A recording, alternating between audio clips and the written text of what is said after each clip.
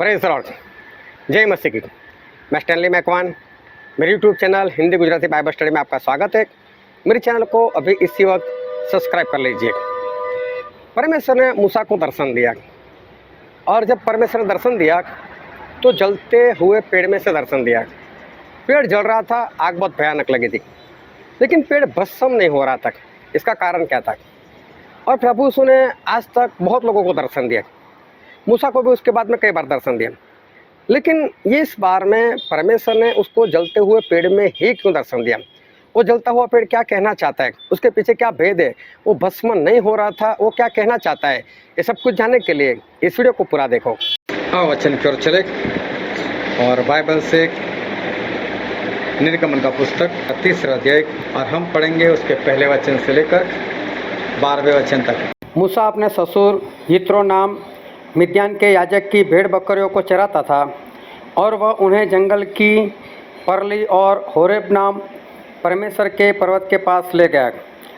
और परमेश्वर के दूत ने एक कटीली फाड़ी के बीच आग की लो में उसको दर्शन दिया, और उसने दृष्टि उठाकर देखा कि फाड़ी जल रही है पर भस्म नहीं होती।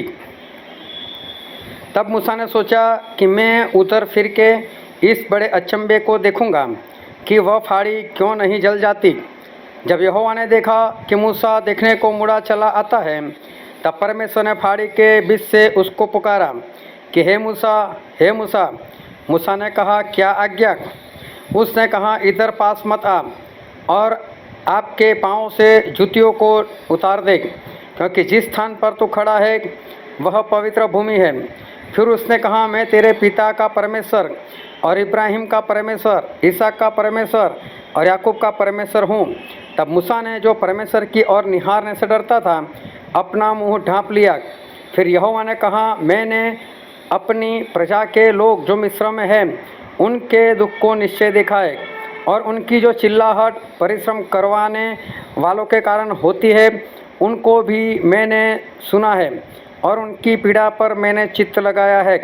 इसलिए अब मैं उतर आया हूँ कि उन्हें मिस्रियों के वश से छुड़ाऊँ और उस देश से निकालकर एक अच्छे और बड़े देश में, जिसमें दूध और मधु की धारा बहती है, अर्थात कनानी, हित्ती, अमोरी, परिसी, हिवी और यबूसी लोगों के स्थान में पहुँचाऊँ। सो अब सुन, इज़राइलियों की चिल्लाहट मुझे सुनाई पड़ती है, और मिस्रियों का उन पर अंधेर करना भी मुझे दिखाई पड़ा है। इसलिए आग, मैं तुझे फिरौन के पास भेजता हूँ कि तू मेरी इज़राइल प्रजा को मिस्र से निकाल ले आ। तब मूसा ने परमेश्वर से कहा, मैं कौन हूँ जो फिरौन के पास जाऊँ और इज़राइलियों को मिस्र से निकाल ले आऊँ?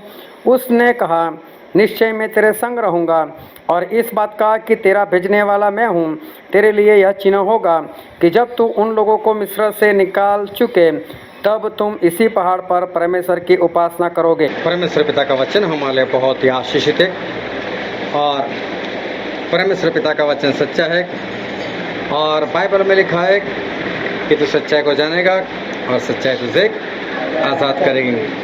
आज एक बार फिर बहुत ध्यान से परमेश्वर के वचन को सुनना, क्योंकि हमारे परमेश्वर आज एक बार फिर इस वचन से हमसे बातचीत करेंगे, और परमेश्वर हमें कुछ सिखाएंगे। इज़राइल के लोग वो मिस्र देश के अंदर गुलाम बने हुए थे, और तकरीबन वो लोग 400 साल तक वहाँ पर गुलाम बने रहे। उसके बाद परमेश्वर ने मूसा को भेजकर उनको वहाँ से बाहर निकाला। लेकिन अगर हम बाइबल पढ़ते हैं तो परमेश्वर ने अब्राहम को दर्शन दिया था, और अब्राहम को एक भी औलाद नहीं थी, और परमेश्वर ने अब्राहम को ऐसा बोला, अब्राहम बोले तू अपना देश छोड़ दे, अपने पिता के घर को छोड़ दे, और जो देश मैं तुझे दिखाऊं वहाँ पर तू जा, और तेरे जरिए एक मैं बड़ी कौम मैं उत्पन्न करूँगा।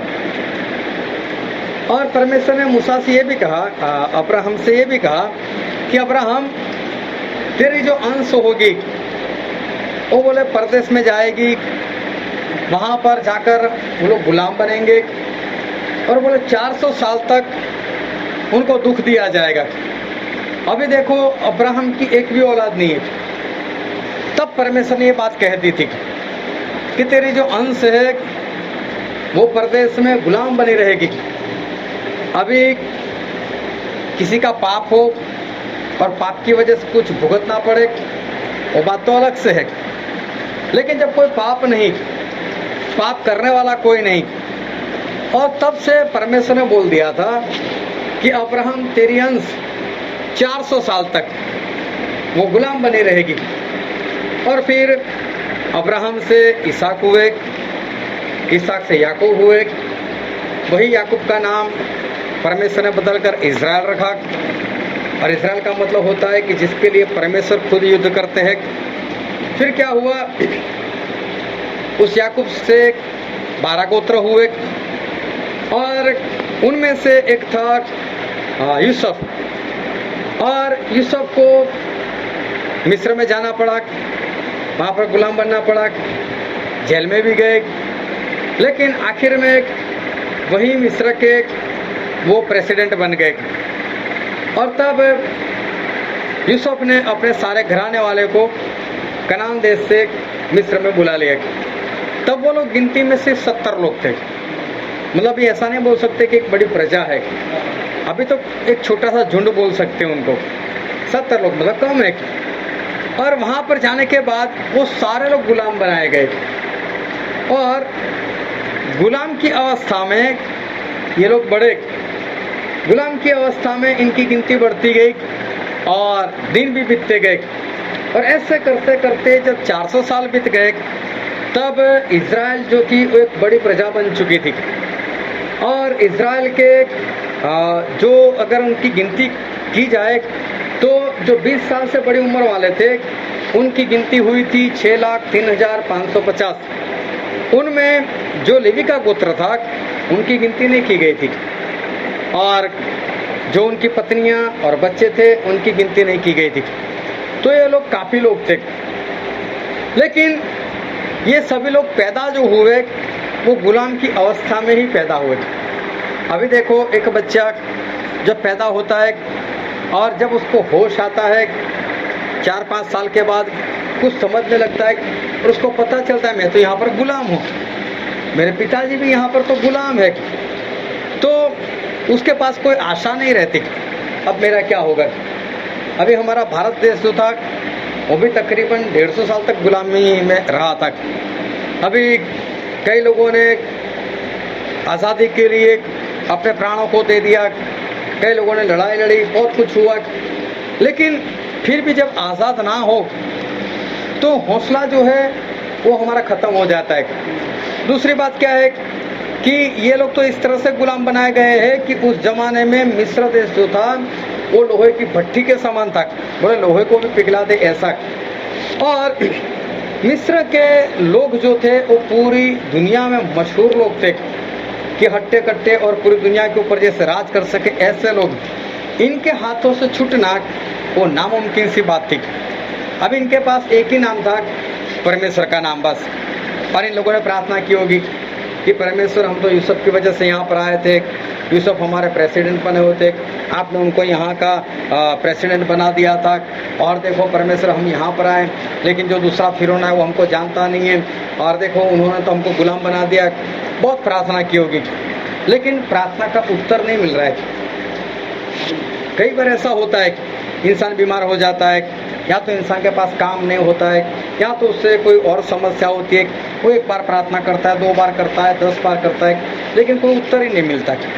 जब वो उत्तर नहीं मिलता फिर क्या होता है कि उसका जो विश्वास होता है वो डगमगाने लगता है। फिर क्या होता है कि फिर भी अगर प्रार्थना ना सुनी जाए, फिर क्या होता है कि उसका विश्वास चला ही जाता है। फिर कई लोग तो परमेश्वर को छोड़ देते हैं और किसी और रास्ते पर वो लोग चले जाते हैं। अभी इज़राइल के लोगों के साथ ऐसा कुछ हो रहा है। वो लोग प्रार्थना कर रहे होंगे, परमेश्वर इस गुलामी से हमें आज़ाद करो, इस गुलामी से आज़ाद करो, लेकिन परमेश्वर ने ये वाचा तो अब्राहम के साथ बांध दी थी कि अब्राहम तेरे लोग 400 साल गुलाम बने रहेंगे। अभी इनको कहाँ मालूम है कि 400 साल तक कुछ होने वाला ही नहीं है, 400 साल तक हमारी प्रार्थना कोई सुनने वाला ही नहीं है। तो ये तो बेचारे पूरे विश्वास के साथ प्रार्थना कर रहे। अभी एक पीढ़ी खत्म हो गई, अभी दूसरी पीढ़ी आ गई, अभी दूसरी पीढ़ी आ गई, वो तो जन्म से ही गुलाम है। उन्होंने तो आज़ादी नाम की कोई चीज़ देखी नहीं, लेकिन पिताजी प्रार्थना करते थे तो ये लोग भी प्रार्थना करने लगे। लेकिन इनका विश्वास इतना नहीं होना चाहिए जितना इनके पिता के अंदर होगा, क्योंकि पिता ने तो कुछ चमत्कार देखे होंगे, इन्होंने तो कुछ देखा ही नहीं। तो विश्वास जो है वो इनका अभी रहता नहीं है। अभी समझ लो कि तीसरी पीढ़ी आ गई, उनका तो विश्वास ही क्या होगा, वो तो बात ही खत्म हो जाएगी। तो और अगर चौथी पीढ़ी आ जाए तो फिर तो वहाँ कोई भी परमेश्वर को मानने वाला नहीं रहना चाहिए। अभी चौथी पीढ़ी में मूसा भी पैदा हुए, लेकिन जब मूसा पैदा हुए तो फिरौन जो था उसने आज्ञा ऐसी बनाई थी कि अगर इज़राइल में कोई भी बच्चा पैदा होता है, नर बच्चा पैदा होता है, उसको मार ही देना है बोले, और अगर नहीं मारते तो उनके माता पिता को दंड मिलता है। तो बाइबल में ऐसा लिखा है कि मूसा के माता पिता डरे नहीं इस आज्ञा से। जब मूसा पैदा हुए तो उनको ऐसा कोई बात नहीं देखी जाएगी। 3 महीने तक उन्होंने मूसा को किसी तरह से छुपा कर रखा, लेकिन छोटा बच्चा होता है, रोएगा तो सही, रोएगा तो आसपास में आवाज़ जाएगी तो पता चलेगा इनके घर में बच्चा हुआ है।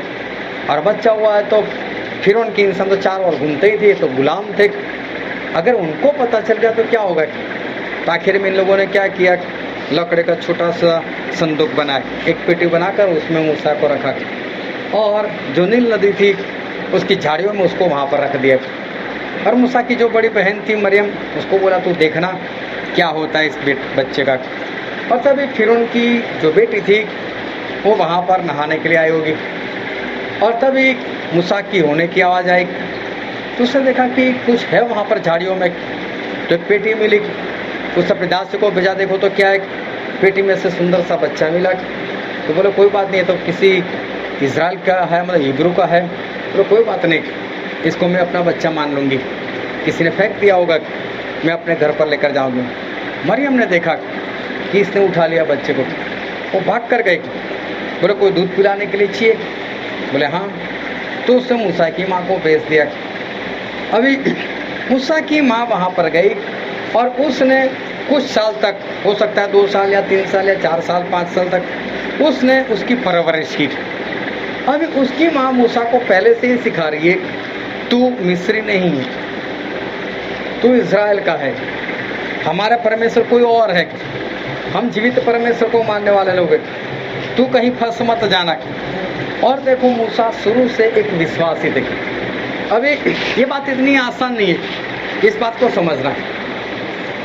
ये चौथी पीढ़ी आ चुकी है, वर्षों से लोग प्रार्थना कर रहे होंगे, प्रार्थना सुनाई नहीं दे रही है, फिर भी अभी भी मूसा की माँ जो है, उसका जो बाप है, उसका विश्वास तो अभी भी बना है। अभी भी उन लोगों ने परमेश्वर को नहीं छोड़ा है। ये देखने जाओ तो कितनी बड़ी बात है कि वर्षों से पैदा ही ये लोग तो गुलाम में हुए, बहुत प्रार्थना की, प्रार्थना के बाद भी कुछ नहीं हो रहा है, लेकिन अभी भी अपने बेटे को क्या सिखा रहे, देख तू मिस्री नहीं है, तू तो इज़राइल का है, तू तो इब्रानी है, और तू जीवित परमेश्वर को मानना, इनके देवी देवता को मत मानना। देखने जाओ तो बहुत बड़ी बात, अभी भी विश्वास इनका बना हुआ है। और बहुत ऐसे लोग होंगे मूसा के माता पिता के समान कि बहुत लोगों ने अपना विश्वास जो है वो बनाए रखा होगा। चलो फिर परमेश्वर ने 400 साल के बाद मूसा का इस्तेमाल करते हुए इज़राइल प्रजा को वहाँ से बाहर निकाला, और इज़राइल प्रजा वहाँ से बाहर आई। अभी ये सभी लोग आज़ाद हो गए। परमेश्वर ने उनको समुद्र के रास्ते पर भेजा, और फिर उन्हें एक बार फिर उनके पीछे गया, और तब परमेश्वर ने एक चमत्कार और किया इनके लिए, और समुद्र को फाड़ दिया। ये लोग समुद्र के उस पार निकल गए, और मिस्र की सारी सेना जो थी वो वहीं पर समुद्र के अंदर बीच में डूबकर मर गई। रास्ते में जब इनको खाने की ज़रूरत पड़ी तो परमेश्वर इनको मन्ना देते रहे, पानी की ज़रूरत पड़ी तो परमेश्वर इनको पानी देते रहे। ऐसे करते करते इज़राइल प्रजा जो है वो आगे बढ़ती गई, और अपने विश्राम के देश में भी आ गई। परमेश्वर ने यहोशू का इस्तेमाल किया, यहोशू ने लड़ाइयाँ लड़ी, यरीहो का कोट तोड़ दिया, यरदन जो नदी थी उसका पानी ढेर हो गया, और ये सभी लोग जीतकर जो घर उन्होंने नहीं बनाए थे उसमें रहने लगे, और जो खेत जिन्होंने जिनके अंदर उन्होंने कुछ बीजा नहीं था, उसका खाया इन लोगों ने। साथ में जो अंगूर की बारी इन लोगों ने नहीं लगाई थी, उसके अंगूर खाई। और परमेश्वर ने बोला था कि आपके फल तब तक आते रहेंगे जब तक दूसरी रुत ना आ जाए। मतलब कि आप 12 महीने कुछ भी खाया करोगे, सब कुछ आपको 12 महीने मिलता रहेगा। ये परमेश्वर की आशीष इनको मिली और लोग अच्छे से बच गए। अच्छे से बचने के बाद क्या हुआ कि वहाँ पर परमेश्वर न्यायी लोगों को खड़ा करते थे और न्यायी लोग इनको कुछ सिखाते थे। अभी क्या होता था इजराइल का कि यहोशू के मरने के बाद, जब यहोशू बूढ़े हो गए और यहोशू मर गए, तो यहोशू के मरने के बाद इजराइल को कोई चलाने वाला मिला नहीं। तो सभी लोग अपने अपने रास्ते भटक गए, कोई इधर कोई उधर। और फिर क्या हुआ कि वो लोग गुलाम बन गए एक बार फिर। अभी तो इनका पाप था, 400 साल के गुलाम में इनका कोई गुनाह नहीं था, लेकिन अभी इनका पाप था। पाप की वजह से गुलाम बने। जब गुलाम बनते थे तो ये लोग जोरों जोरों से परमेश्वर के पास जाकर चिल्लाते थे, परमेश्वर हमको छुड़ाओ, परमेश्वर हमको बचाओ। तो परमेश्वर किसी न्याय को खड़ा करते थे, जहाँ पे तो उनको छुड़ा, वो लड़ाई लड़ता था, इनको छुड़ाता था और फिर परमेश्वर के बारे में सिखाता था। कोई न्यायी 10 साल 20 साल 40 साल तक इनको चलाता रहा। लेकिन जैसे न्यायी मर जाता था वो प्रजा वापस भटक जाती थी, फिर गुलाम, फिर वो लोग परमेश्वर को पुकारते थे, फिर परमेश्वर किसी न्यायी को खड़ा करते थे। इसी तरह से इनका गुजारा जो था वो चलता था। ऐसा नहीं कि स्थिर बने रहे, बार बार गुलाम, बार बार छुटकारा। और इसी तरह से ये लोग बढ़ते रहे। फिर शमूएल आए। शमूएल के आने के बाद इन लोगों ने राजा मांगा, तो परमेश्वर ने इनको राजा दिया। पहले शाऊल, उसके बाद दाऊद। राजा लोग भी मरते गए, आते गए, बढ़ते गए। और फिर धीरे धीरे ऐसा हुआ कि इजराइल प्रजा जो थी वो परमेश्वर से काफ़ी दूर चली गई और उन लोगों ने काफ़ी परमेश्वर के विरोध में वो गुनाह किया। और बाइबल में हम एक वचन पढ़ते हैं जो है दूसरा इतिहास में, दूसरा इतिहास उसका 36 अध्याय। जब सिदकिय्याह राज्य करने लगा तब वह 21 वर्ष का था और यरूशलेम में 11 वर्ष तक राज्य करता रहा। और उसने वही किया जो उसके परमेश्वर यहोवा की दृष्टि में बुरा है। यद्यपि यिर्मयाह नबी यहोवा की ओर से बातें कहता था तो भी वह उसके सामने दीन न हुआ। फिर नबूकदनेस्सर, जिसने उसे परमेश्वर की शपथ खिलाई थी, उसने उससे बलवा किया और उसने हठ किया और अपना मन कठोर किया कि वह इजराइल के परमेश्वर यहोवा की ओर न फिरे। वरन सब प्रधान याजकों ने और लोगों ने भी अन्य जातियों के से घिनौने काम करके बहुत बड़ा विश्वासघात किया और यहोवा के भवन को जो उसने यरूशलेम में पवित्र किया था अशुद्ध कर डाला।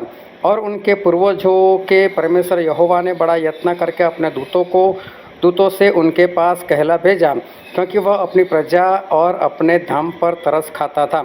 परंतु वे परमेश्वर के दूतों को ठट्ठों में उड़ाते और उसके वचनों को तुच्छ जानते और उसके नबियों की हंसी करते थे। निदान यहोवा अपनी प्रजा पर ऐसा झुंझला उठा कि बचने का कोई उपाय न रहा। इतना परमेश्वर के विरोध में चले गए और परमेश्वर ने इनको बचाने के लिए इतना कुछ किया, बहुत लोगों को भेजा, लेकिन ये लोग मान ही नहीं रहे। आखिर में परमेश्वर झुंझला उठे, बाइबल में लिखा है। बहुत इनको बचाने का प्रयत्न किया, बहुत भविष्यवक्ताओं को भेजा, लेकिन इजराइल प्रजा ने किसी का नहीं माना। आखिर में परमेश्वर झुंझला उठे और परमेश्वर ने चाहा कि अभी तो मैं इनको गुलाम बना दूंगा, इनको मार दूंगा। और फिर आगे 17 वचन पर, तब उसने उन पर कसदियों के राजा से चढ़ाई करवाई और इसने उनके जवानों को उनके पवित्र भवन ही में तलवार से मार डाला। और क्या जवान, क्या कुंवारी, क्या बूढ़े, क्या पक्के बाल वाले, किसी पर भी कोमलता न की। यहोवा ने सबों को उसके हाथ में कर दिया। हाँ, अभी क्या हुआ, नबूकदनेस्सर जो राजा थे वो वहाँ पर आए और उसने कई लोगों को तो मार दिया और बाकी लोगों को गुलाम बनाकर वो लेकर चले गए। अब इस बात को ध्यान समझना, जब बाइबल पढ़ते हो तो नबूकदनेस्सर जो राजा थे उन्होंने जब इजराइल को गुलाम बनाया, उसके बाद इजराइल पूरा बाइबल पढ़ लो, कहीं पर आज़ादी नहीं हुई, कहीं पर उनको आज़ादी नहीं मिली। ये लोग नबूकदनेस्सर राजा के पास चले गए और वहाँ पर गुलाम बनाए गए। और परमेश्वर ने यिर्मयाह को बोला था कि मैं इनको 70 साल तक मैं इनको गुलाम बनाए रखूँगा। तो ये मैंने बोला कि आप लोग 70 साल के लिए गुलाम बनाए जाओगे, आप परमेश्वर में आ जाओ, लेकिन कोई आया नहीं और इस चेतावनी को किसी ने माना नहीं। आखिर में 70 साल के लोग गुलाम बनाए गए, लेकिन उस 70 साल में भी नहीं माने। जब 70 साल में भी वो लोग नहीं माने तो परमेश्वर ने यहेजकेल को बोला कि यहेजकेल तू एक और सो जा, और बोला तू अगर भाई और जितने दिन तू सोएगा उतने साल तक मैं इनकी गुलामी को बढ़ा दूंगा, और फिर बोले दाहिनी और कर सो जा, और तब तू जितने दिन सो जाएगा उतनी गुलामी मैं इनकी बढ़ा दूंगा। और वो इस तरह से पहले 390 दिन और बाद में 40 दिन तक सोता रहा, तो परमेश्वर ने भी इनकी गुलामी बढ़ाकर 430 साल की कर दी।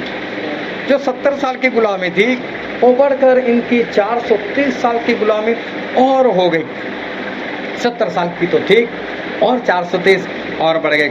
अभी इस ध्यान समझना, अभी क्या हुआ, नबूकदनेस्सर राजा था, वो मर गया, उसका बेटा भी मर गया, और उसके बाद नबूकदनेस्सर जो राजा था वो आज का जो इराक है उसका राजा था। उसके बाद पर्शिया का राजा, मतलब कि आज का जो ईरान है, उसके राजा ने इनके ऊपर हुकूमत की और इजराइल लोग वो ईरान के गुलाम बनाए गए। उसके बाद ग्रीक लोग आए, यूनानी लोग, और उन्होंने इजराइल के ऊपर जुल्म किया और इनको गुलाम बना दिया गया।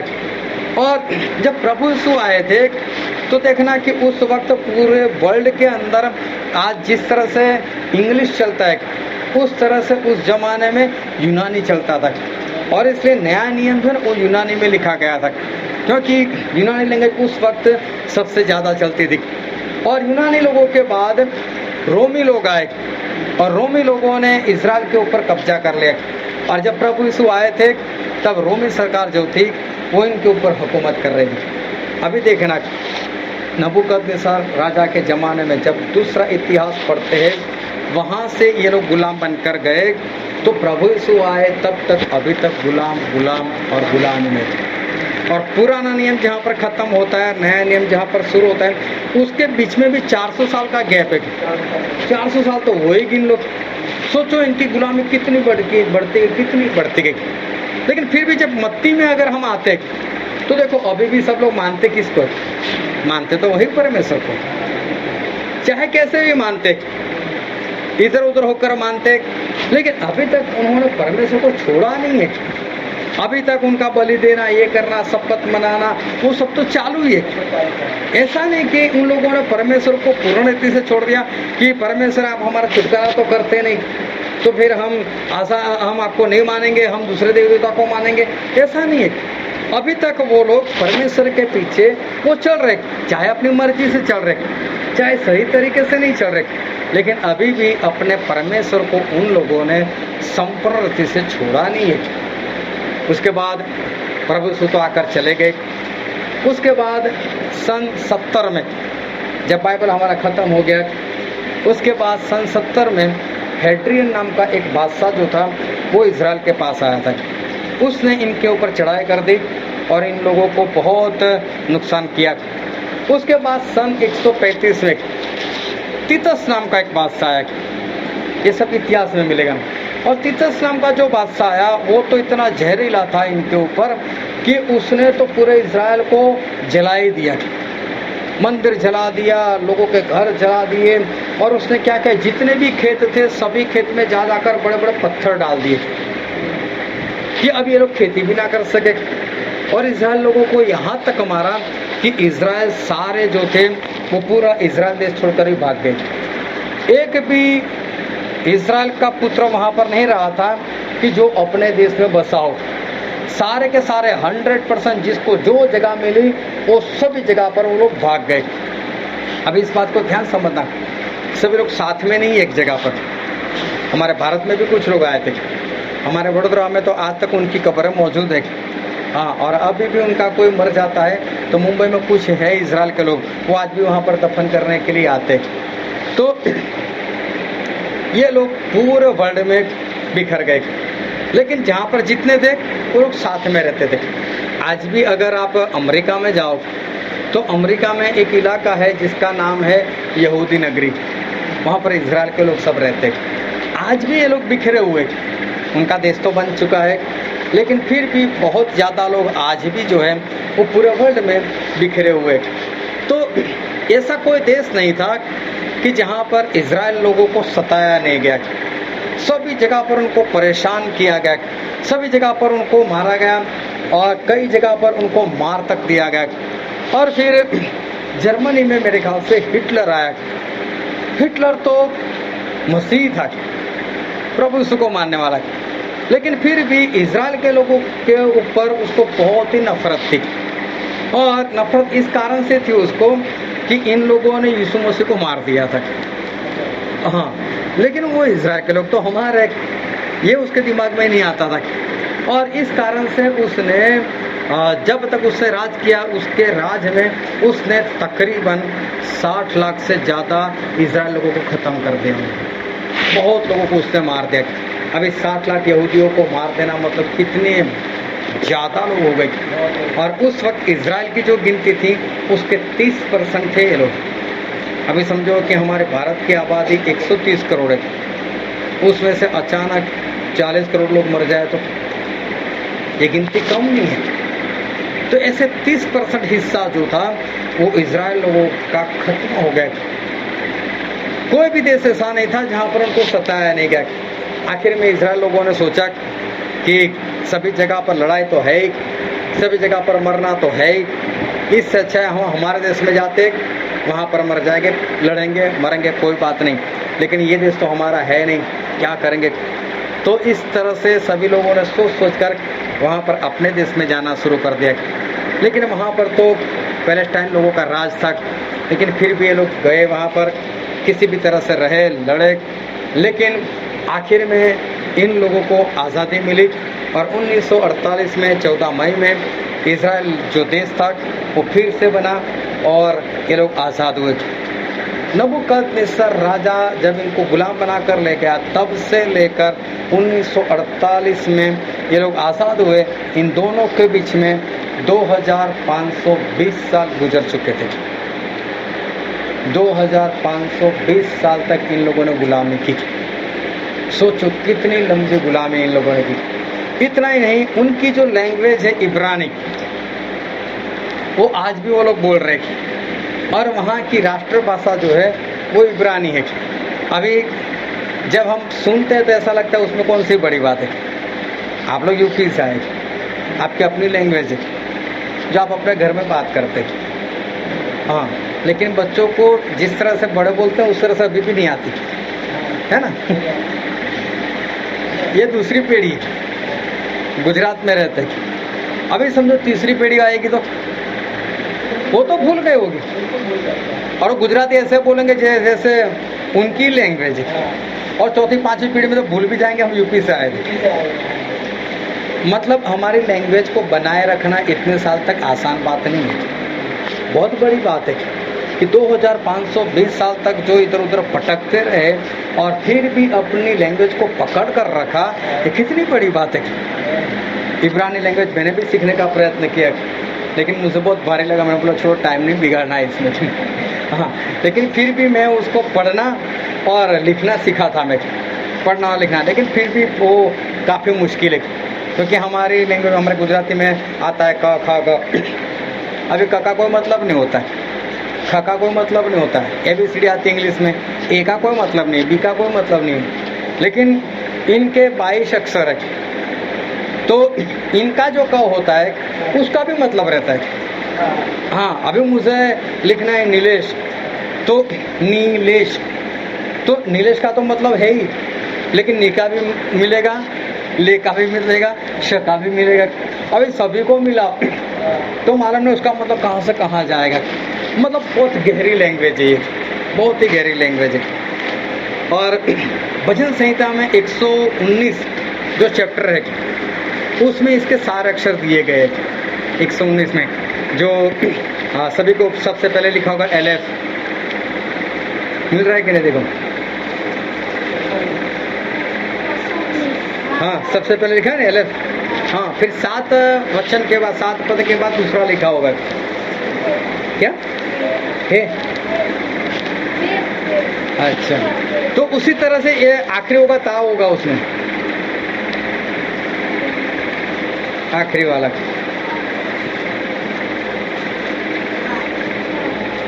ताओ, ये वही उनके शब्द अक्षर है उनके।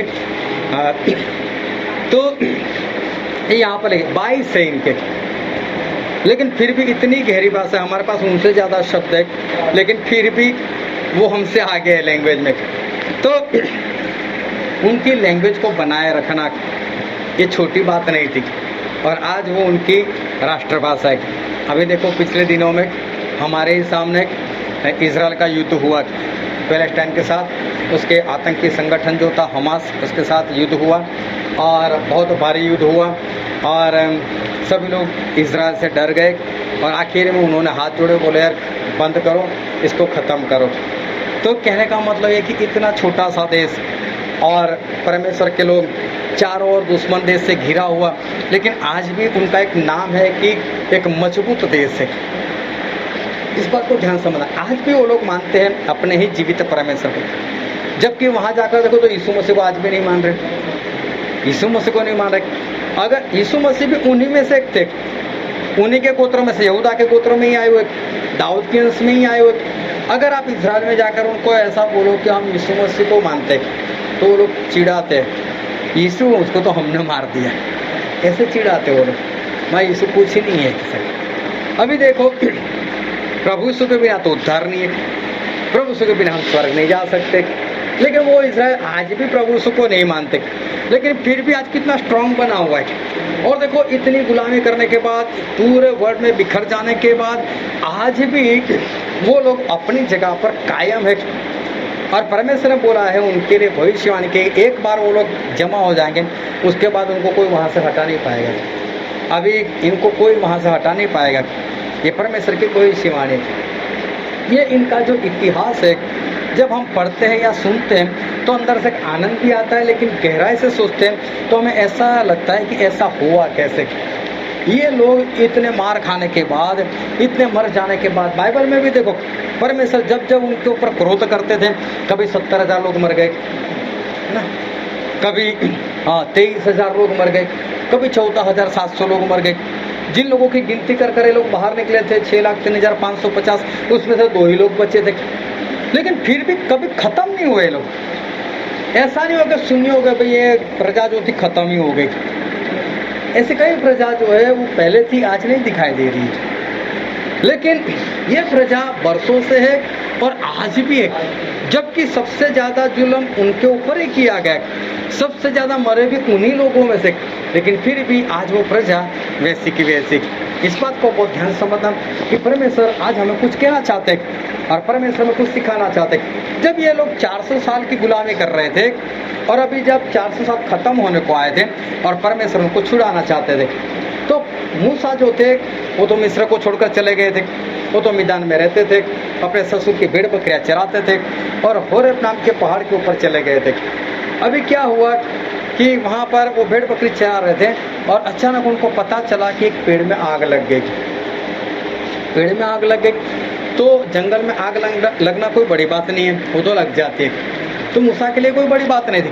आग लगी होगी तो उसको मुड़कर देखा होगा कि आग लग गई, तो कोई भी ऐसा नज़ारा होता है तो हम भी देखते हैं। लेकिन जब मूसा ने देखा आग लगी है, और अगर 1 मिनट तक उसने अगर देखा होगा तो उसने देखा होगा पत्ते जो है जल तो रहे लेकिन अभी भी हर रहे, अभी भी वो राख नहीं बन रहे। इसका कारण क्या? तब उसको लगा कि ये तो कोई चमत्कार है, ये कोई ऐसी वैसी आग नहीं। तो मूसा ने सोचा चलो मैं पास में जाकर देखता हूँ, और वो पास में गए। तो तभी परमेश्वर के अंदर से आवाज़ है, मूसा मैं अब्राहम, इसहाक और याकूब का परमेश्वर हूँ, और मैं आज इसलिए यहाँ पर आया हूँ कि मैं तेरे जरिए इजराइल लोगों को आज़ाद कराऊँ। मैंने जो अब्राहम के साथ वाचा बांधी थी, आज मैं उसको पूरी करने के लिए आया हूँ, और मैं तुझे भेजने वाला हूँ फिरौन के पास, और तू इनको छुड़ा। फिर पूरी कहानी हमको मालूम है कि मूसा के जरिए परमेश्वर ने बहुत सारे चमत्कार किए और ये लोग आज़ाद भी हो गए और आज भी आज़ाद हैं। ये सब कुछ हम जानते हैं, लेकिन यहाँ पर परमेश्वर ने मूसा को दर्शन दिया, और दर्शन दिया एक जलते हुए पेड़ में से। परमेश्वर ने उससे पहले भी दर्शन दिया है, परमेश्वर उनके बाद में भी दर्शन दिया है, लेकिन यहाँ पर परमेश्वर ने जलते हुए पेड़ में से ही क्यों दर्शन दिया? परमेश्वर क्या बताना चाहते थे? और जब मूसा ने उस जलते हुए पेड़ को देखा तो उसे देखा कि आग तो पूरी लगी हुई है, लेकिन ये पेड़ जो है वो भस्म क्यों नहीं हो रहा है, वो राख क्यों नहीं बन रहा है, वो खत्म क्यों नहीं हो रहा है, इसलिए वो मुड़ा। तो परमेश्वर इस विजन से मूसा को ये बताना चाहते थे कि ये पेड़ जो है कोई और नहीं, यही इजराइल प्रजा है। इजराइल प्रजा कितनी भी जलेगी, कितनी भी जलती रहेगी, लेकिन वो कभी भस्म नहीं होगी, वो कभी खत्म नहीं होगी। परमेश्वर ये कहना चाहते थे कि इजराइल के लोग मतलब जलेंगे तो सही, लेकिन खत्म कभी नहीं हो सकते। इजराइल को आप सता सकते हो, इजराइल का आप नाश नहीं कर सकते, हमेशा के लिए खत्म नहीं कर सकते, उसको परेशान लोग कर सकते, लेकिन ऐसा अगर कोई सोचे कि मैं पूरे इजराइल को नामो निशान मिटा दूं, ये कभी नहीं हो सकता। ये परमेश्वर की वाचा है कि पेड़ जल रहा था लेकिन भस्म नहीं हो रहा था। तो परमेश्वर ये कहने के लिए जा रहे हैं कि जो इजराइल के लोग हैं वो जल सकते हैं लेकिन खत्म नहीं हो सकते। और फिर बाइबल में ऐसा लिखा है, हम पढ़ते गलातिया उसका 3 अध्याय, गलातिया 3 और उसका 29 वचन। और यदि तुम मसीह के हो तो इब्राहिम के वंश और प्रतिज्ञा के अनुसार वारिस भी हो। यहाँ पर लिखा यदि तुम मसीह के हो, ऐसा ही ना, यदि तुम मसीह के हो, मसीह होना और मसीह का होना, हाँ ये दोनों अलग बात है। मसीही मतलब एक धर्म बन चुका है। मैं कौन तो बोले पी के मसीह मैं कौन तो बोले बीड़ी मसीह हाँ बीड़ी मसीह पी के मसीह नहीं चलते, लेकिन मसीह का होना, मसीह ही नहीं लेकिन मसीह का होना एक अलग सी बात है। और परमेश्वर क्या बोलते हैं कि यदि तुम मसीह के हो तो अब्राहम की अंश हो और वारिस भी हो। और फिर पहले कुरिन्थी में लिखा है, पहला कुरिन्थी इसका 15 अध्याय और 20 से पढ़ो।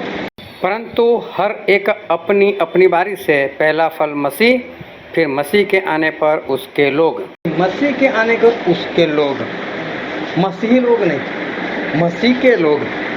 तो मसीही होना और मसीह के होना दोनों में अंतर है।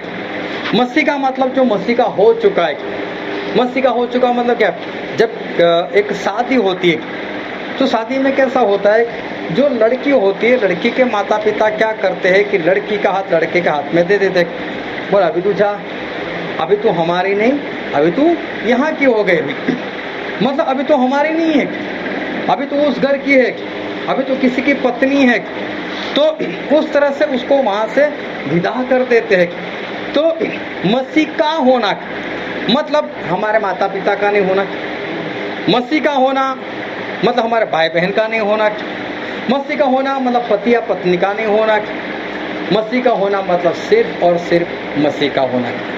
हाँ, परमेश्वर में ऐसा नहीं सिखाते अपने माता पिता को छोड़ दो, वो तो बोलते माता पिता का सम्मान करो, लेकिन साथ में उनके कहने का मतलब ये कि जब मेरा काम हो तो माता पिता बाद में, पहले में तो हम मसीह के, पति और पत्नी कभी जुदा ना हो, मतलब उनको भी जुदा नहीं होना है। लेकिन परमेश्वर बोलते हैं कि पहले में फिर पति, पहले में फिर पत्नी। तो मसीह का होना मतलब हमारे जीवन में सबसे पहला स्थान वो मसीह का होना। मतलब कोई भी काम है हमारे जीवन में, लेकिन उस काम के दौरान हमारे पास परमेश्वर का काम है, तो हमें सारे कामों को भूलकर हमें मसीह के काम को पहले करना है। वो काम हमें पहले निपटाना, बाकी का काम देखा जाएगा। इसको कहते हैं कि मसीह का होना। तो परमेश्वर बोलते हैं जो अगर आप मसीह के हो तो अब्राहम की अंश हो। तो अब्राहम के अंश मतलब इसहाक, इसहाक से याकूब, और याकूब का नाम क्या रखा गया, इजराइल। तो जो इजराइल के लोग हैं वो किसकी संतान है, वो तो अब्राहम की संतान है। तो अगर हम मसीह के हैं तो हम अब्राहम की संतान, और अब्राहम की संतान मतलब हम क्या है, हम तो इजराइल के लोग हैं। हालेलुया, हम इजराइल के लोग हैं। और अगर हम इजराइल के लोग हैं तो इजराइल के लोग कैसे होने चाहिए, वो जलते रहेंगे लेकिन भस्म नहीं होंगे, वो जलते रहेंगे लेकिन कभी खत्म नहीं हो सकते। अगर हम इजराइल के हैं, अगर हम मसीह के हैं तो जलेंगे सही। आग तो हमारे जीवन में है ही है, लेकिन हम कभी खत्म नहीं हो सकते। कितनी भी सतावट हो, कितनी भी प्रार्थना करें हम लोग, लेकिन हम कभी परमेश्वर के ऊपर से हमारा भरोसा, हमारा विश्वास हम छोड़ नहीं सकते। इसलिए जब नबूकदनेस्सर इनको गुलाम बनाकर लेकर गया और उसने एक बड़ी सी मूर्ति बनाई और बोला कि इसकी आराधना करो, और जो कोई आराधना नहीं करेगा उसको आग की भट्ठी में डाल दिया जाएगा, तब 3 लोग पकड़े गए, हनन्याह, मिसाएल और अज़ारिया। ये 3 लोग जब पकड़े गए तो राजा ने उनको एक मौका और दिया कि देखो मैं आपको एक मौका और देता हूँ। एक बार फिर से जब बाजे बजने लगे तो बोले तुम लोग इस मूर्ति की पूजा कर लेना, अगर नहीं करोगे तो बोला आग की भट्ठी में डाल दूंगा, और बोले उसमें से बचा सके ऐसा कोई परमेश्वर है क्या। तो इन 3 लोगों ने क्या उत्तर दिया कि राजा सबसे पहले तो हम ये जरूरत ही नहीं समझते कि तुझे उत्तर भी दे। अभी जो कितना बड़ा अपमान हो गया इसका, जो पूरे वर्ल्ड के ऊपर राज कर रहा है, और उसको क्या बोल, सबसे पहले तो हम ये चाहते हैं कि हम तुझे उत्तर ही ना दें, लेकिन चल फिर भी तुझे बता देते कि हमारे परमेश्वर में इतनी ताकत है कि वो हमको बचा सकते हैं, लेकिन अगर ना बचाना चाहे तो ना बचाए, लेकिन इस मूर्ति की पूजा तो हम नहीं करेंगे। ये कौन है? इजराइल के लोग। मरने के लिए तैयार हो जाए लेकिन झुकने के लिए तैयार ना हो, ये है इजराइल के लोग। तो परमेश्वर के लोग, मसीह के लोग ऐसे होते, कभी किसी के सामने झुकते नहीं है। मरना पसंद करेंगे लेकिन झुकना पसंद नहीं करेंगे। और इन तीनों को आग की भट्ठी में डाल दिए गए, लेकिन हुआ क्या? परमेश्वर आए, परमेश्वर ने उनको बचा लिया। ये लोग नाश नहीं हुए, चाहे कितनी भी गुलामी में ये लोग गए, लेकिन कभी खत्म नहीं हुए। और ना ही इन लोगों ने अपना विश्वास, अपना भरोसा परमेश्वर के ऊपर से उठा लिया, चाहे जैसे भी मानते हैं, लेकिन आज भी वो परमेश्वर के पीछे है और परमेश्वर को आज भी मानते। मैं तो वहाँ पर जाकर आया, और वहाँ पर जब शनिवार आता है तो शनिवार को वो लोग सब्बत का दिन मनाते, विश्राम का दिन मनाते, और उनका दिन शाम को 6 बजे बदल जाता है। तो शुक्रवार जब होता है तो शाम को 6 बजे सब कुछ बंद। जब तक दूसरे दिन के शाम के 6 नहीं बजेंगे तब तक कोई काम नहीं करना है। तो ये लोग क्या करते हैं कि अपनी दुकान अगर होती है, फैक्ट्री होती है, समय पर बंद कर अपने घर पर पहुंच जाते हैं। अगर समझो कि कोई गाड़ी चलाकर जा रहा है और रास्ते में 6 बज गए, वो गाड़ी रख देगा, को गाड़ी नहीं चलाएगा, वहाँ से पैदल चला जाएगा अपने घर पर। अगर समझो उन लोगों ने गैस के ऊपर कुछ रखा हुआ है और गलती से दिमाग से बाहर चला गया, और 6 बजे अगर गैस चालू रहेगा तो दूसरे दिन 6 तक उसको नहीं बुझाएंगे, चाहे जो होगा देखा जाएगा। ऐसे लोग हैं लोग, मतलब पूरे कट्टर कि नहीं ये करना है तो करना है, चाहे वो लोग नहीं समझ रहे जो भी है, लेकिन मेरे कहने का मतलब कि परमेश्वर को छोड़ नहीं रहे।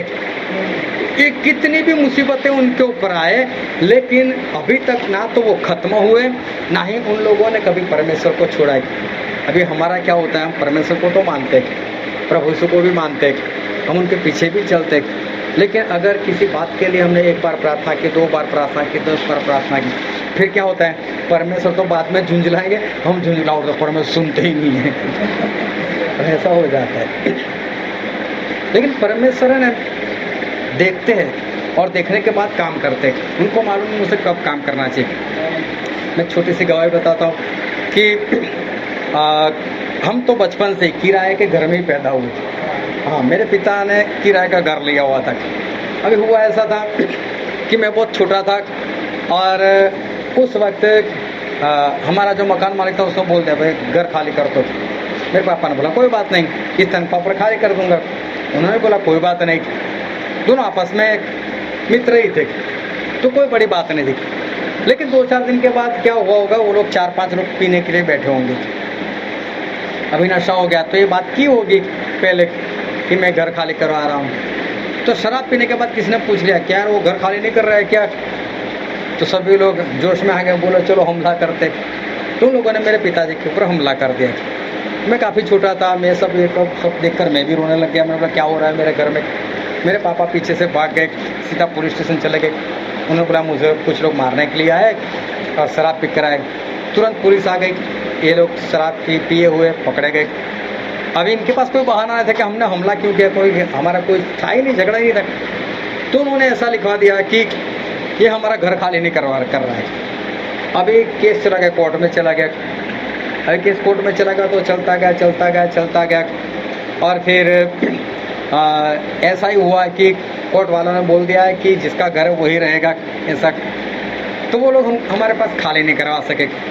तो मैं वहीं पर पैदा होगा, वहीं पर मैं बड़ा भी हो गया, पढ़ाई शादी वादी सब कुछ वहीं पर हो गया।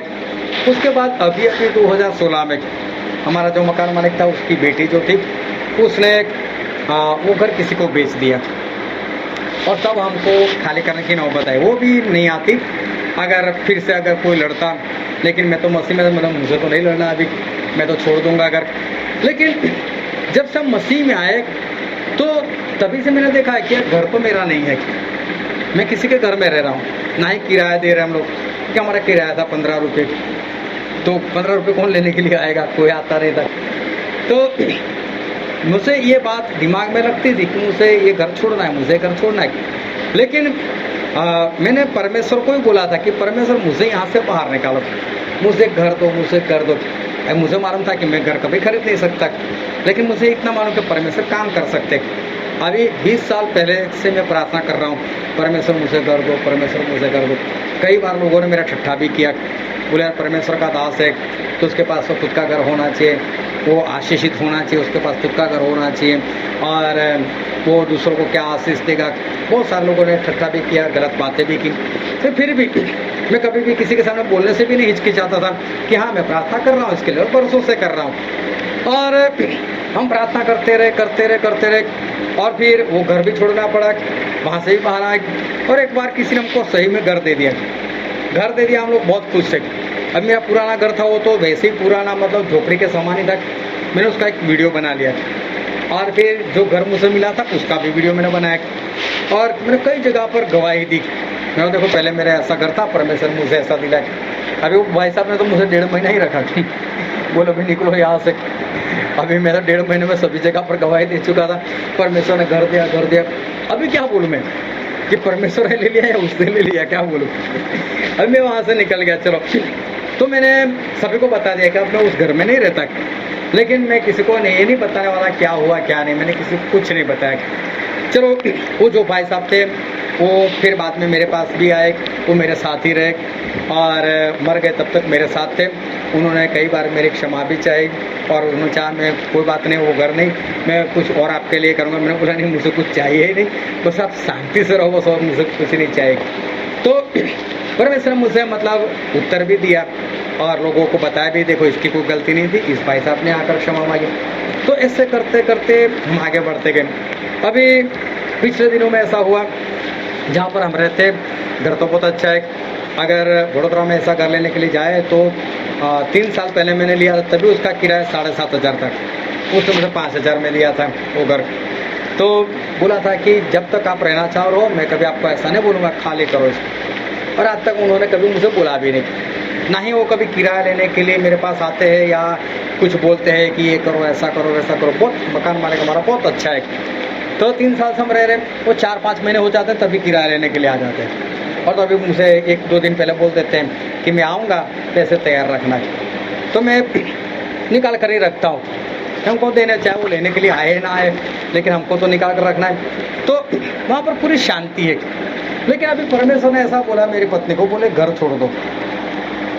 तो पत्नी बोला क्यों? तो परमेश्वर ने बोला कि एक बड़ी बाढ़ आएगी, तो बोले घर छोड़ दो। तो मेरी पत्नी ने मुझे बताया, बोले परमेश्वर ऐसा बोल रहे घर छोड़ दो, बड़ी बाढ़ आने वाली। तुमने बोला बाढ़ आएगी, और परमेश्वर बोलते घर छोड़ दो। तो मान लो मेरे दिल में ऐसा है कि ये कुछ और बात है, कि कोई पानी की बाढ़ नहीं आने वाली, कुछ और बात है। तो मुझे भी पता नहीं चला है क्या। लेकिन 2 दिन के बाद ऐसा हुआ जब कोरोना पूरे जोरों से चल रहा था, और किसी का मुझे फ़ोन आया विहारा से, मुझे बोलते हैं स्टैनली साहब प्रार्थना करो। बोले क्या हुआ? बोले हमारे वहाँ तो हर रोज़ पास्टर और सेवक लोग ही मर रहे हैं, बोले हर रोज़ मारे जा रहे हैं, बोले। और बोले सभी लोग डर गए, बोले ऐसा कैसा हो रहा है। और जो बड़े बड़े पास्टर जिनका बड़ा बड़ा नाम था, जिनकी बड़ी बड़ी कलीसिया थी, जिनकी कलीसिया में 5-5 हज़ार लोग, 2-2 हज़ार लोग जमा होते थे, ऐसे लोग और ऐसे पास्टर लोग बोले फटाफट मर रहे, उनको बीमारियाँ लग रही है, तुरंत मर रहे। और उसने ये शब्द इस्तेमाल किया जैसे बोले बाढ़ आई है, बोले और तभी मेरे दिमाग में ठनका, मैं बोला हाँ है, यही पहाड़ की परमेश्वर बात करने लगता है। तो मैं सोचा ऐसा कुछ होने वाला होगा। तो और तभी अखबार में भी आने लगा, लोगों भी बात करने लगे, ये तो अभी दूसरी लहर चल रही है, अभी तीसरी लहर तो इससे भी खतरनाक है। अभी दूसरी लहर में भी ऐसा हुआ कि कोई भी परिवार ऐसा नहीं है कि जिसका कोई रिश्तेदार ना मरा हो, सभी के कोई ना कोई तो मर गया। हमारे भी एक मौसी थी, वो मर गई, अच्छा हमारा रिश्ता था, वो मर गए। तो सभी के रिश्ते में कोई ना कोई तो मर गया और काफ़ी मौतें हो गई, क्योंकि हमारे भारत में एक दिन में 6000 के करीब लोगों की मौत होती थी। और वो भी तो ये लोग जो अखबार में देते थे, वो सही में कितने लोग मर गए मालूम नहीं। लेकिन हमारे वहाँ जितने भी स्कूल कॉलेज जितने भी, सभी को अस्पताल बनाया गया और तभी भी जगह नहीं मिलती थी। जैसे रोड पर वहाँ देख लो एम्बुलेंस, चलो जो भी है, लेकिन परमेश्वर ने बोला घर को छोड़ दो। अभी जिस तरह से परमेश्वर ने बात की, तो भी जगह मुझे ऐसी चाहिए। मैं समझ गया परमेश्वर ये कहना चाहते कि मौत की इतनी खबर आएगी तो हो सकता है कि इंसान के दिमाग के ऊपर असर हो जाए। मेरे 4 बच्चे, पत्नी है, कहीं उनके ऊपर असर हो जाए। और सही में उन्हीं दिनों में ऐसा हुआ, मेरी मौसी सास मर गई। और जब मौसी सास मर गई तो मुझे तो पता चल गया, उन लोगों ने बताया, मैंने मेरी पत्नी को नहीं बताया कहीं, क्योंकि हमारा उनके साथ बहुत ही करीबी रिश्ता था। और मेरी सास मर जाए ऐसी थी भी नहीं। और उसी दिन मैं कहीं पर बाहर गया था और तब किसी ने घर पर मेरी पत्नी को बता दिया कि ये मर गई। अभी उसको सही में एक झटका लगा, वो रोने बैठ गई। और 2-4 दिन पहले उसने मुझे बताया, बोले परमेश्वर ने मुझे बहुत स्ट्रांग बनाया है। बोले मैंने बहुत प्रार्थना की, परमेश्वर ने मुझे स्ट्रांग बनाया, अब मैं स्ट्रांग हो चुकी हूँ। और वही रोने लग गई। अभी मैं बाहर, और बच्चे लोग जो वो दूसरे कमरे, उनको तो मालूम नहीं कि मेरी मम्मी तो इधर रो रही है। अभी मैं बाहर से आया तो मैंने देखा, मेरे को रो क्यों रही है। मैं समझ गया इसको पता चल गया होगा। फिर मैंने उसको शांत किया, मैं बोला चल छोड़, हो गया तो हो गया, अभी क्या करेंगे इसके लिए। अभी जो 2-4 दिन पहले ऐसा बोल रहे मैं स्ट्रांग हूँ, अगर उसको इतनी असर हो जाती है, और वो भी एक मौत से, तो अगर ऐसा पता चल गया सामने इधर मौत हो गई, आधे घंटे बाद इधर से खबर आती है, आधे घंटे बाद इधर से खबर आती है, कभी फ़ोन से कोई बोलता है ये मर गया वो मर गया, तो फिर इंसान की हालत क्या हो जाएगी। और जिस तरह से दुनिया जा रही है तो उस तरह से वैसा होने वाला है। तो मैंने सोचा कि अभी परमेश्वर बोले यहाँ से निकलो, और साथ में ये भी बोला कि ज़्यादा दिन के लिए कुछ इकट्ठा भी कर लो। मैंने सोचा अभी करें क्या। तो हमको ऐसी जगह जाना पड़ेगा कि जहाँ पर इस सारी खबरों से हम दूर रहें। तो खबर से कैसे दूर रहेंगे, अब ये तो पूरा माहौल है, पूरी सोसाइटी है, तो यहाँ तो कोई ना कोई मरेगा तो पता चलता ही जाएगा। तो मुझे ऐसी जगह चाहिए थी कि जहाँ पर कोई रहता ना हो। जहाँ पर कोई रह नहीं रहा तो वहाँ तो घर नहीं होगा, अभी घर नहीं है तो वहाँ तो ज़मीन ही होगी। तो ज़मीन पहले तो खरीदनी पड़ेगी, ज़मीन खरीद कर वहाँ पर बनाना पड़ेगा। अभी वैसे ही किराए के घर में रहते हैं, अभी ज़मीन खरीदने जाए कहाँ से। लेकिन परमेश्वर ने बोला, मेरा बोला कोई बात नहीं। अभी सच में मैं तो ज़मीन ढूंढने के लिए निकल पड़ा। कभी इस गांव में जाता हूँ, कभी उस गांव में जाता हूँ, कभी किसी को साथ में लेकर जाता हूँ, कभी अकेला जाता हूँ। बोले क्या बोले, ज़मीन खरीदनी है, ज़मीन खरीदनी। एक बार तो किसी जगह पर बोर्ड लगा हुआ था, बोले ज़मीन बेचनी है, तो मेन रोड पर थी। मैंने उसको फ़ोन कर दिया, तो 2 लाख स्क्वायर फुट। मैंने बोला रेट कितना है, बोला 1300 स्क्वायर फुट। मैंने हिसाब लगा 26 करोड़ की ज़मीन। वो बोलता है आपको क्या कर रही है ज़मीन। मैंने बोला रहने के लिए। बोलो बहुत बड़ी। मैंने बोला मुझे भी तो बड़ी जगह चाहिए। अभी दूसरे दिन उसका फ़ोन आ गया, तो चलो मैं तो कहीं पर मीटिंग में था, फिर उसके साथ बात नहीं हुई, फिर उसने भी मुझे फ़ोन नहीं किया। लेकिन कई बार लोग मुझसे पूछते थे कि आपका बजट तो बताओ कि आपको कितने में चाहिए। अभी मेरे पास कोई बजट हो तो मैं बताऊं। मेरे पास 1 लाख पड़े तो मैं उसको बता सकूँ 1 लाख वाली ज़मीन चाहिए, या 10 लाख पड़े तो मैं उसको बता सकूँ 10 लाख वाली ज़मीन चाहिए, इतने तक तू मुझे दिला। मैं बोलूँ क्या उसको, मैं बोला बजट ज़मीन को देखो। अभी क्या हुआ, 2 महीने ऐसे ढूंढते रहे। तो एक बार एक परिवार था, वो ऐसी जगह पर रहता है कि बस्ती से अलग, उनके पास कुछ ज़मीन भी है। मेरा उनके साथ काफ़ी अच्छा रिश्ता है। अगर मैं उनसे मांगता हूँ कि मुझे कुछ टुकड़ा दे दो और जो भी कीमत है ले लो, तो मुझे पक्का मालूम था कि लोग मेरे पास पैसा भी नहीं लेंगे और मुझे दे भी देंगे, लेकिन मुझे मांगना भी नहीं है। तो उस दिन अचानक से वो लोग कभी याद नहीं है, उस दिन मुझे याद आ गई। तो मैंने परमेश्वर से प्रार्थना की, परमेश्वर आज मैं कोई मिलने के लिए जाता हूँ, लेकिन मैं कुछ नहीं बात करूँगा। लेकिन आप अगर चाहते हो कि मुझे वहाँ पर रहना है और वो जगह अगर आपने ठहरा है, तो वो लोग सामने से मुझसे कहे कि आप क्यों इधर उधर ढूंढते हो, मैं आपको देता हूँ ना, यहाँ पर आकर बना लो, घर बना लो। तो मैंने मेरी पत्नी को बोला, पत्नी बोलती ऐसे कैसे हो सकता है, वो भी मेन रोड पर है ज़मीन, सबसे अलग है, वहाँ पर कोई रहता नहीं है। तो बोले ऐसे कौन देगा हमको। और 2 साल पहले वो ज़मीन वो लोग बेचना चाहते, तब उसका 10 लाख रेट था उसका। तो पति ने मुझसे बोला कि अरे ये ज़मीन बिक जाए, ऐसी प्रार्थना करो, वडोदरा में घर लेना चाहते। पत्नी ने मुझसे फ़ोन किया, बोले नहीं हमको ज़मीन बेचनी नहीं है। मेरा पति तो बोले लेकिन आप प्रार्थना करो कि ज़मीन ना बेचे, हमारे पास रहेगी। बोले तो ठीक है। बोला अगर ये पैसे हाथ में आ जाएंगे तो हो सकता है ख़त्म हो जाएंगे, इससे अच्छा है बोले कि आप प्रार्थना करो कि ना बिके। मैंने प्रार्थना भी की थी, बाद में उनके पति के दिमाग से भी निकल गया कि हमको ये बेचनी है। अभी हम लोग वहाँ पर गए तो उनको किसी ने बताया हुआ था कि स्टैनली भाई से ज़मीन ढूंढ रहे, तो तब से वो बहन रोज़ प्रार्थना करेंगे, परमेश्वर को मेरे पास भेज दो, मैं दे देती हूँ, उनको मेरे पास भेज दो। उन्होंने कभी फ़ोन कर नहीं बोला कि आप आ जाओ मेरे पास है, कभी उन्होंने मुँह से, वो सिर्फ परमेश्वर से प्रार्थना करते रहे। अभी उनको भी मालूम है कि मैं बोलूँगी तो क्या होगा, मेरे पति को बोलना चाहिए। पत्नी विश्वास है, पति इतना विश्वास ही नहीं है, वो कुछ नशा भी है उसमें उनके जीवन में। तो पत्नी ने परमेश्वर से निशान मांगा कि परमेश्वर स्टैनली भाई जब भी आए तो मेरा पति खुद सामने से बोले कि मैं देता हूँ ज़मीन। अभी हम लोग वहाँ पर चले गए, मैंने बात की ऐसे ऐसे, बोले हम लोग ढूंढ रहे, तो अगर आपकी निगाह में कोई होगा तो बोलना। तो उन्होंने भी बताया कि देखो अभी तो हमारी निगाह में कोई है नहीं, लेकिन हम ढूंढ कर रखेंगे और फिर जब बुलाएंगे तो आप आना, हम लोग जाएंगे 2-4 जगह पर घूम कर आएंगे। ऐसे ऐसे सब बात हुई, चाय पी रहे थे, तो तभी अचानक वो भाई साहब बोल पड़े, बोले क्या स्टैनली भाई इधर उधर भागते हो। बोले मेरे पास है ना, यहीं पर आ जाओ, बोले मैं अभी दिखा देता हूँ ज़मीन आपको, आप यहीं पर बना लो।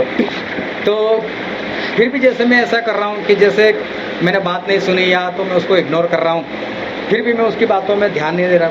वो बार बार बोले स्टैनली भाई पहले मेरी ज़मीन, स्टैनली भाई मेरी ज़मीन। फिर आखिर में सब कुछ खत्म हो गया, प्रार्थना हो गई, तो मुझे दिखाने के लिए बोला देख लो ज़मीन, और यहाँ पर बनाना चाहते हो तो भी, या इधर की साइड बनाना चाहते हो तो भी बनाओ, पीछे की साइड बनाना चाहते हो तो भी बनाओ। अभी दूसरी जगह पर तो वो लोग खेती का काम करते हैं, ये टुकड़ा ऐसा है कि जो ऐसे ही पड़ा रहा है। तुमने अपना फोगड़ में जहाँ पर कुछ बिछते वो नहीं बिगाड़ना है, ये जो ठीक है ठीक है। लेकिन फिर भी वहाँ से निकलते वक्त तक मैंने कुछ नहीं बोला कि हाँ मैं ऐसा चाहता हूँ कि मैं भी घर से प्रार्थना कर निकला, तो मैंने कुछ भी नहीं बोला उनको। तो उनको ऐसा लगा कि हो सकता है इसको पसंद ना आया। आखिर में उन्होंने बोला कि देखो दूसरे देख लेंगे और आप आना फिर से, हम जाएंगे, लेकिन ये आपको ना पसंद हो तो हमारे ओर से तो फाइनल है कि ये ज़मीन आपके लिए। फिर हम लोग वहाँ से आ गए।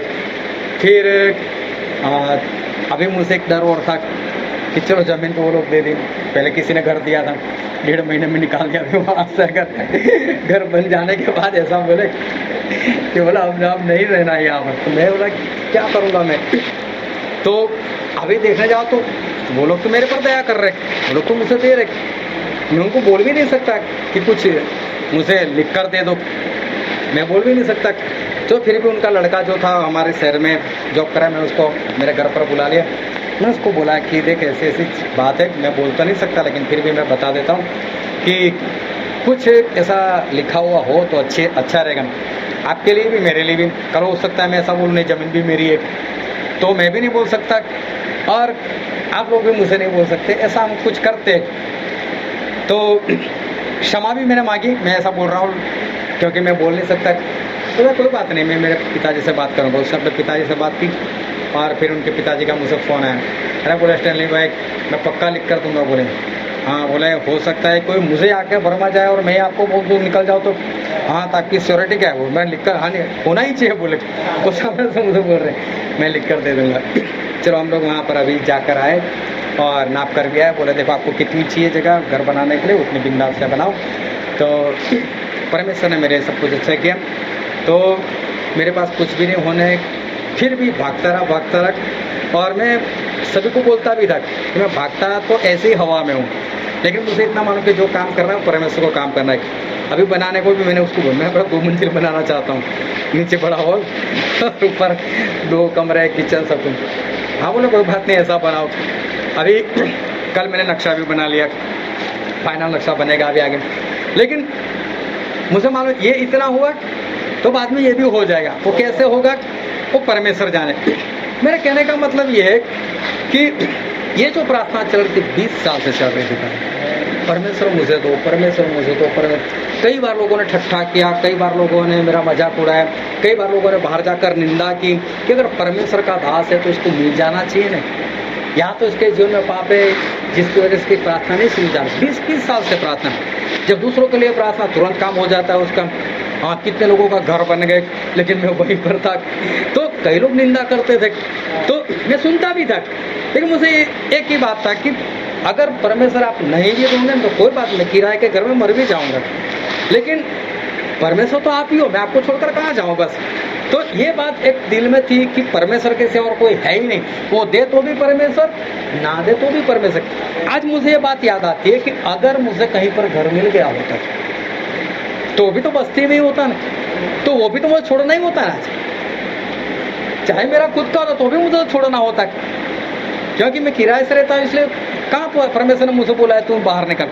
वो तो जो होने वाला है उसकी वजह से परमेश्वर बोला यहाँ से निकल, तो वो तो खुद का होता तो अभी छोड़कर निकलना पड़ता। तो मेरे कहने का मतलब कि परमेश्वर ने जो आज तक किया वो अभी पता चल रहा है कि परमेश्वर ने क्यों मेरे साथ आज तक ऐसा होने दिया, क्यों मुझे नहीं दिया। और आज देखो कि परमेश्वर ने सारे रास्ते जो है वो खोल कर रखे। तो हम चाहे कितनी भी प्रार्थना करें नहीं सुनाई देती, इसका मतलब ये नहीं है कि हमारे परमेश्वर सुन नहीं रहे, और इसका मतलब ये भी नहीं कि हम परमेश्वर को छोड़ दें, ना मिले या मिले, लेकिन परमेश्वर वही परमेश्वर, ये है इजराइल के लोग, और हमें सच्चा इजरायली बनना है। और देखो रोमिया में ऐसा लिखा, रोमिया उसका 9 अध्याय और 6 से पढ़ो तो। परंतु यह नहीं कि परमेश्वर का वचन टल गया, इसलिए कि जो इजराइल के वंश के हैं वे सब इजरायली नहीं, और न इब्राहिम के वंश होने के कारण सब उसकी संतान ठहरे, परंतु लिखा है कि इसहाक ही से तेरा वंश कहलाएगा। अर्थात शरीर की संतान परमेश्वर के संतान नहीं, परंतु प्रतिज्ञा के संतान वंश गिने जाते हैं। हाँ, जो वचन से है, परमेश्वर ने बोला था अब्राहम को कि अब्राहम मैं तुझे अंश दूंगा, तो पहले तो इस्माइल भी हुआ, लेकिन इस्माइल वो अंश नहीं था। परमेश्वर जो बोला था मैं दूंगा, और वो जो था वो तो इसहाक था। उसी तरह से आज जब हम वचन से पैदा होते हैं, जब हम इस वचन के ऊपर विश्वास करते हैं और पवित्र आत्मा को पा लेते हैं, तो हम भी उस अब्राहम की संतान ठहरते, हम वचन की संतान ठहरते। और वचन की संतान मतलब इजराइल की संतान, और इजराइल की संतान वो है, वो जलता रहेगा, खत्म नहीं होगा। तो हमें कैसा बनना है? उस इजराइल के समान सच्चे इजरायली हमको बनना है। वो चाहे सच्चे हो या ना हो, लेकिन हमें वचन से सच्चे इजरायली बनना है। कि चाहे हमारे जीवन में परमेश्वर काम करे या ना करे, हमारे जीवन में कितनी भी सतावट आए, हमारे जीवन में कितने भी दुख आए, कितनी भी मुसीबत आए, हम कितनी भी प्रार्थना करें, हमारी प्रार्थना का उत्तर ना मिले, लोग हमारा ठट्ठा करें, लोग हमारा मजाक बनाए, लोग हमारी निंदा करें, लेकिन हमें खत्म नहीं होना है। फिर भी वही मेरे परमेश्वर। इजराइल के लोग इतनी ठोकरें खाने के बाद, इतने गुलाम बनने के बाद भी बने रहे अपने परमेश्वर में। तो देखो आज भी वो वैसे के वैसे है, चाहे कितनी भी ठोकरें लगे, लेकिन आज कोई ऐसा सोचे कि मैं इजराइल को मिटा दूं, नहीं हो सकता। तो उसी तरह से अगर हम इजराइल के हैं, शैतान कितना भी चाहे, कोरोना कितना भी चाहे मैं इसको मिटा दूं, हम मिटेंगे तो हम कुछ भी नहीं हो सकता, हमें कुछ भी नहीं हो सकता। तो हमें सच्चे इजरायली बनना है। जलते रहो लेकिन मिटोगे नहीं। लेकिन देखो वो पेड़ जल रहा था, लेकिन राख क्यों नहीं हो रहा था? क्योंकि उसमें कौन था? परमेश्वर। परमेश्वर होंगे ना तो ये सब कुछ मुमकिन है। अगर हमारे अंदर परमेश्वर नहीं तो हम इजरायली नहीं। इजराइल का परमेश्वर हमारे अंदर होने चाहिए। अगर वो हमारे अंदर है, वो जलने देंगे, हमको मरने नहीं देंगे, खत्म नहीं होने देंगे। इसलिए इजराइल के परमेश्वर को हमेशा अपने अंदर रखो, जलो लेकिन खत्म मत हो, और परमेश्वर में बने रहो। अब हमारे आंखों को हम बंद करते, हमारे मस्तकों को प्रभु से आगे झुकाते हैं। जो राजाओं के राजा है, जो प्रभु के प्रभु है, जो कभी नहीं बदलते। मेरे प्रियो, परमेश्वर मूसा को जलते हुए पेड़ में से इसलिए दर्शन दिया तो दिखाना चाहते थे कि मेरे लोग जल तो सकते हैं, लेकिन खत्म नहीं हो सकते। मेरे प्रियो, हमको कोई जला सकता है, हमको कोई परेशान कर सकता है, हमें कोई सता सकता है, लेकिन हमें कोई खत्म नहीं कर सकता। हम खत्म कभी नहीं हो सकते, क्योंकि हमारे परमेश्वर हमारे अंदर है। उस जलते हुए पेड़ के अंदर परमेश्वर है और वो परमेश्वर पवित्र है। आज हम अपने आप को जांचें, अपने आप को परखें कि क्या मेरे जीवन में जब ऐसी बातें होती है, जब मेरे जीवन में आग आती है, जब मेरे जीवन में मुश्किलें आती है, मेरे जीवन में बीमारियां आती है, लोग मेरी निंदा करते हैं, लोग मुझे सता रहे होते, तब क्या मैं परमेश्वर को छोड़ देता हूँ? क्या मैं परमेश्वर पर क्रोध करने लग जाता हूँ? क्या मैं परमेश्वर को भला बुरा कहने लग जाता हूँ? या फिर भी मैं परमेश्वर में बना रहता हूँ? मेरे प्रियो, चाहे आपके साथ कुछ भी हो, लेकिन परमेश्वर में हमेशा के लिए बने रहो। वो आपको जलाने तो देंगे, लेकिन किसी की ताकत नहीं है कि वो आपको मिटा सके, क्योंकि परमेश्वर आपके अंदर है। और इसलिए हम कभी भी परमेश्वर को ना छोड़े, चाहे कैसी भी परिस्थिति हो, चाहे वो हमारी प्रार्थना सुने या ना सुने, लेकिन वही परमेश्वर है। उनको कभी मत छोड़ो, उनके ऊपर अपना भरोसा कायम रखो। वो दे तो भी, वो ना दे तो भी, वही परमेश्वर है।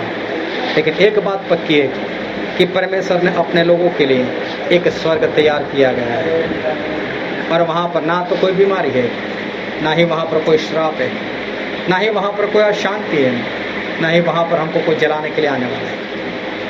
इसलिए हम सच्चे इस्राएली बने, परमेश्वर के पीछे बने रहे, ये वचन समझने के लिए, ग्रहण करने के लिए, उसके अनुसार चलने के लिए। प्रभु की कृपा हम सभी पर बने।